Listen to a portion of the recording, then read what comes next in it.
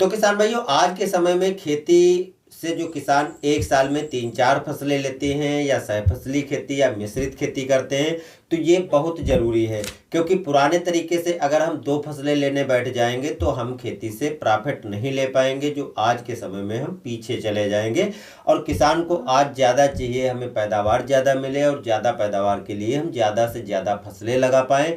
ज़्यादा से ज़्यादा फसलें लगा पाएंगे तो उनकी हम मार्केट में बिक्री करके और मुनाफा कमा पाएंगे। इसलिए दोस्तों, 3-4 फसलें आप ले रहे हो या सहफसली मिश्रित खेती कर रहे हो, दोनों करने आज के समय में ज़रूरी हैं। अब जो हम एक साल में 3-4 फसलें लेते हैं या मिश्रित खेती करते हैं, इस तरीके से खेती करने में मिट्टी में जो मुख्य पोषक तत्व होते हैं, जो पोषक तत्व होते हैं, आमतौर पर उनकी कमी हो जाती है। अब जब कमी हो जाती है तो उनको हमें पूरा भी करना पड़ता है, क्योंकि आपको पता है कि जो फसल अच्छी लेने के लिए मुख्य रूप से खेती में 17 पोषक तत्वों की ज़रूरत होती है, जो कि मुख्य जो पोषक तत्व हैं जो श्रेणी फर्स्ट में आते हैं, उसमें से नाइट्रोजन, फास्फोरस और पोटास, इनको पूरा करना जरूरी होता है। और इन तत्वों को पूरा करने के लिए गवर्नमेंट जो उर्वरक उपलब्ध कराती है उस पर सब्सिडी भी देती है, जिससे आप इन उर्वरकों को डाल सकें खेती में, खर्चे आपके कम हो पाएँ और आपको उत्पादन अच्छे से अच्छा मिल पाए। अब इन चीज़ों को तो हम पूरा लगातार करते चले आ रहे हैं। अब इनके अतिरिक्त आपने देखा है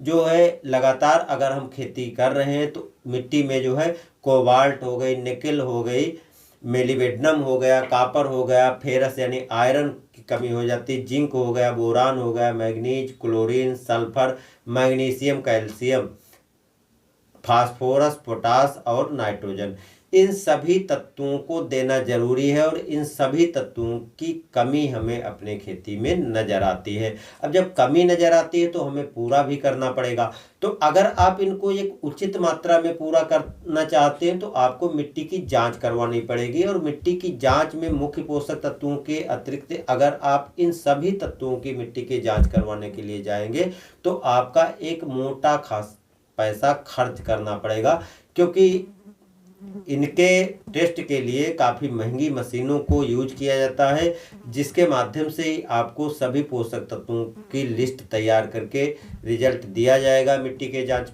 के आधार पर। तो मोटा पैसा खर्च करना पड़ेगा, जो कि हर किसान के बस का नहीं होता है। तो या तो आप नॉर्मल टेस्टिंग करवा लीजिए, जिससे नाइट्रोजन, फास्फोरस और पोटास की पूर्ति आप कर पाएंगे। जो मुख्य पोषक तत्व हैं, जो अदर पोषक तत्व हैं, उनको पूरा करने के लिए आप एक तरीका अपना लीजिए। होता क्या है किसान भाइयों, जो पैदावार का झांसा दिया जा रहा है कि आप इसको डालोगे तो 10% 20% पैदावार बढ़ जाएगी, वाकई में ऐसा होता नहीं है।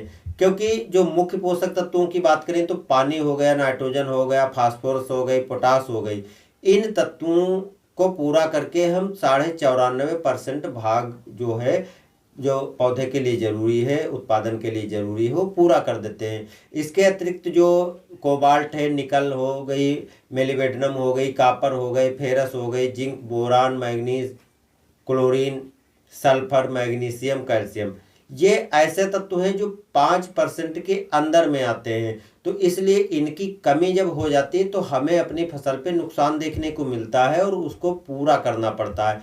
तो इसको भी आपको पूरा करने की ज़रूरत है। तो तरह तरह की उर्वरकें आती हैं, आपको इतना पता होना चाहिए कौन सी उर्वरक डालने पर किन किन तत्वों की हम पूरी पूर्ति कर पाएंगे। जैसे बहुत से ऐसी उर्वरकें हैं जिनको अगर आप डालते हो तो ये मुख्य पोषक तत्वों के अतिरिक्त जो सूक्ष्म पोषक तत्व हैं वो भी उसके साथ मौजूद होते हैं, जिसको आप डाल करके पूरा कर सकते हो। देखिए, जिंक की कमी तो आमतौर पर देखने को मिलती है, तो बहुत से किसान भाई डालना भी चालू कर दिए। कैल्शियम, मैग्नीशियम, ये चीज़ें हैं, तो बहुत से ऐसी उर्वरकें आती हैं जिसके माध्यम से इनको भी पूरा किया जा सकता है। एक चीज़ किसान भाई जो गलती करते हैं, उसी के चक्कर में कंपनियां फ़ायदा उठाती हैं और उसी के चक्कर में आपको अधिक से अधिक उत्पादन मिलेगा, ये झांसा पढ़ा करके बहुत तरह की चीज़ों को थमा दिया जाता है। तो देखिए, जो मुख्य पोषक तत्वों के अतिरिक्त जो सूक्ष्म पोषक तत्व हैं उसमें भी बहुत से ऐसे पोषक तत्व हैं जिनको साल में आपको एक बार डालना पड़ेगा। जैसे जिंक हो गया, फेरस सल्फेट हो गई, कापर सल्फेट हो गई, मैग्नीज हो गई और सल्फर हो गया, कैल्शियम हो गई, इनको जो है आपको देना पड़ेगा। साल में एक बार आपको अपने फसल से अच्छा उत्पादन लेने के लिए देना पड़ेगा। लेकिन जो अन्य तत्व होते हैं, उन तत्वों के बारे में पैदावार बढ़ाने के चक्कर में कंपनियां तरह तरह की प्रोडक्ट आपको थमा देती है और मोटा खासा पैसा वसूलती है, क्योंकि उस पे जो है गवर्नमेंट ना तो कोई सब्सिडी देती है, और कंपनियां जो है आपके माइंड को पढ़ चुकी हैं कि आपको यदि बताया जाएगा कि आप इन चीज़ों को डालोगे तो उत्पादन आपको 15 से 20% ज़्यादा मिलेगा, और उस चक्कर में आपको उन चीज़ों को डालते हैं और पैसा खर्च कर देते हैं। आपको बाद में पता भी नहीं चलता है कि आखिर इन चीज़ों को डालने के बाद ही हमको उत्पादन ज़्यादा मिला है या खेती में सही तरीका हमने अपनाया है तो उस कारण से मिला है। देखिए सीधी सी बात है किसान भाइयों, जो ये पोषक तत्व नाइट्रोजन, फास्फोरस, पोटास और पानी है, और जिंक हो गई, कैल्शियम हो गई, इनको हम डालते हैं तो ये पोषक तत्व जरूरी हो जाते हैं। इसके अतिरिक्त जो सूक्ष्म तत्व होते हैं, तो सूक्ष्म तत्वों को पूरा करने के लिए दोस्तों बहुत से ऐसे सूक्ष्म तत्व हैं। अगर हम कंपोस्ट खाद डालते हैं, कार्बनिक खादें डालते हैं, तो उसके माध्यम से भी पूरा किया जा सकता है। हमें इस चक्कर में बिल्कुल नहीं पड़ना है कि ये प्रोडक्ट डाल दोगे तो 10%, 20%, 25% तक उत्पादन बढ़ जाएगा। दोस्तों ऐसा बिल्कुल नहीं है। हाँ, अगर ये मुख्य पोषक तत्वों के अतिरिक्त, सूक्ष्म पोषक तत्वों के अतिरिक्त तो कुछ ऐसे तत्व होते हैं जिनको अगर हम डालते हैं तो 2 से 4% तक हो सकता है कि उनसे पैदावार मिल जाए। इससे अधिक पैदावार आपको मिलने वाली नहीं है। अगर हम उन तत्वों को इग्नोर कर देते हैं, उन प्रोडक्टों को इग्नोर कर दें, सीधी सी बात है दोस्तों, कार्बनिक खादें, कंपोस्ट खादों को डाल दें, तो वही तत्वों की इन उर्वरकों से पूर्ति हो जाएगी और उत्पादन हमें अच्छा खासा मिल जाएगा। तो जो फालतू के खर्चे तरह तरह के प्रोडक्ट के माध्यम से थमा दिए जाते हैं वो हमें नहीं खर्चा करना पड़ेगा। कंपोस्ट खाद बहुत ज़रूरी है, कार्बनिक खादें बहुत ज़रूरी हैं, तो कार्बनिक खादों को हमें डालना चाहिए। अब रही बात की जो माइक्रो न्यूट्रिएंट्स हैं, देखो उनको आपको पूरा करना पड़ेगा, इसमें कोई दो राय नहीं है कि उनको आपको पूरा नहीं करना पड़ेगा। तो साल में उनको आपको पूरा करना पड़ेगा, जो मार्केट में आपको मिल जाएंगे। बहुत से ऐसे माइक्रो न्यूट्रिएंट्स होते हैं जिन पे लिखा होता है कि ये तत्व हैं, उन तत्वों को ला करके मिक्स भी फार्मूले आते हैं, अलग अलग भी आते हैं, तो उनको आप उस हिसाब से डाल सकते हो, पूरा कर सकते हो। तो वो तो पूरा करना पड़ेगा, नहीं तो उन तत्वों की कमी हो जाएगी तो नुकसान भी होगा, तरह तरह की रोग बीमारियां लग जाएंगी, तो पैदावार घटेगी और बाद में उनसे नुकसान भी काफ़ी मोटा हो जाता है। लेकिन जो ग्रोथ प्रमोटर और तरह तरह की चीज़ों के नाम पर आपको बेचा जाता है, तो सबसे अच्छा दोस्तों है, अगर आप सरसों की खेती करते हो तो घर का जो है सरसों को आप कोलों पे ले जा करके तेल निकलवाते होंगे, जो उससे जो खली बचती है उस खली को आप डाल दीजिए। अगर आप उस खली को डाल दोगे तो उसमें भी बहुत से माइक्रो न्यूट्रिएंट्स होते हैं जो आपके उन सभी चीज़ों को पूरा कर देंगे। जो उत्पादन तो आपको इनसे ज़्यादा मिलेगा और आपको खर्चा भी ज़्यादा नहीं करना पड़ेगा। तो जो फालतू की तरह तरह की चीज़ों को बताया जा रहा है, आपको थमाया जा रहा है कि इसको डाल दोगे तो ये फ़ायदा मिलेगा, इसको डाल दोगे तो ये फ़ायदा मिलेगा, दोस्तों वाकई में ऐसा कुछ होता नहीं है। केवल वो हम लोगों के दिमाग में एक भ्रम पैदा किया जाता है कि इसको डालोगे तो उत्पादन ज़्यादा मिलेगा, क्योंकि वो ऐसे तरीके अपनाए जाते हैं कि जो हमारे अंदर ज़रूरतें होती हैं, जिन चीज़ों के बारे में हम सोच रहे होते हैं, वही चीज़ें हमें बताई जाती हैं, और बार बार जब बताई जाती हैं तो हमारे माइंड में वो चीज़ें आ जाती हैं और हम मजबूर हो जाते हैं उन चीज़ों को डालने पर। आपने देखा होगा कभी कभी कुछ चीज़ें हम डालते हैं और उसका हमें 1 पैसे का भी फ़ायदा नहीं दिखाई पड़ता है।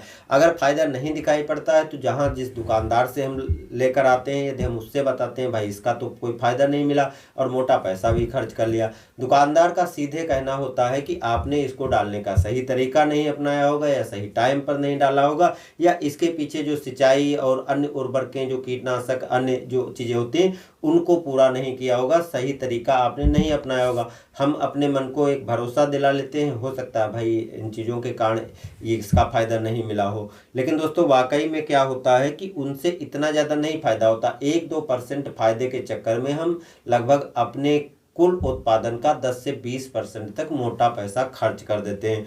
तो दोस्तों मेरा सीधे से कहना है कि आप मुख्य पोषक तत्व हैं उन पर ध्यान दीजिए, जो कार्बनिक खादें हैं उन पर ध्यान दीजिए, जो कंपोस्ट खादें हैं उन पर ध्यान दीजिए, सिंचाई आदि को आप सही टाइम पर सही तरीके से करते रहें। ग्रोथ प्रमोटर को देने की कोई आवश्यकता ही नहीं पड़ेगी। अगर आप सरसों की खली या नीम की खली या इन खलियों को डाल देते हैं, जो भी खली आपके क्षेत्र में आपके पास उपलब्ध हो उसको आप डाल सकते हैं, तो आपको अदर खर्चा करने की ज़रूरत नहीं है। जो माइक्रो न्यूट्रिएंट्स हैं उनको साल में आप एक बार डाल दीजिए, बार बार हर फसल में उनको भी डालने की ज़रूरत नहीं पड़ती है। कुछ आपको अलग से डालने की आवश्यकता ही नहीं। अगर आप इसी चीज़ को, इन्हीं चीज़ों को सही तरीके से सही फार्मूला यूज करके पूरा करते हो तो आपको अच्छा उत्पादन लेने से कोई नहीं रोक सकता। और जो फालतू के खर्चे, फालतू की चीज़ें आपको तरह तरह की बताई जाती हैं, उन पर आपको विश्वास नहीं करना है। और एक अच्छी खेती करने के लिए बस आपको सही तरीका अपनाना है, आधुनिक चीज़ों पर ध्यान दे करके अपनाना है।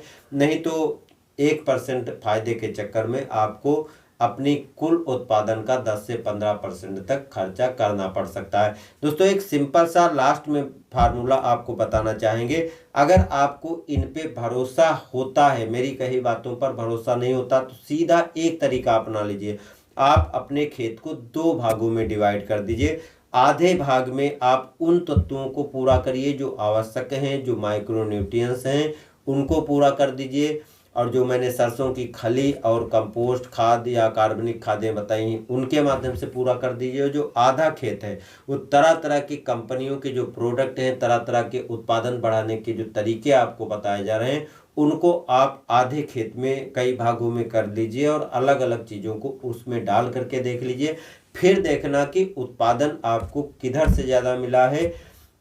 जो सही श्रेणी है जिस पे गवर्नमेंट सब्सिडी देती है और जो कार्बनिक तत्व हैं उनको पूरा करने से ज़्यादा मिलता है, या जो कंपनियों के द्वारा तरह तरह के आपको फार्मूले बताए जा रहे हैं कि इसको डालने से 10%, 20%, 25% तक उत्पादन बढ़ेगा, उससे ज़्यादा मिलता है। आपको खुद फर्क पता चल जाएगा कि आपको किधर से उत्पादन ज़्यादा मिला है। जिधर से आपको उत्पादन ज़्यादा मिला है, सीधी सी बात है, आपको उसी पे भरोसा करना है। फालतू के खर्चे करने से बच जाएंगे और ज़्यादा उत्पादन भी आपको ज़्यादा मिलेगा। और जो लागत आपकी बढ़ती चली जा रही है, बताए हुए फार्मूलों को, तरह तरह की चीज़ों को डालने के चक्कर में आप जो उत्पादन नहीं बढ़ा पाते हैं और लागत बढ़ा लेते हैं, वो भी आपकी नहीं लागत बढ़ने वाली है।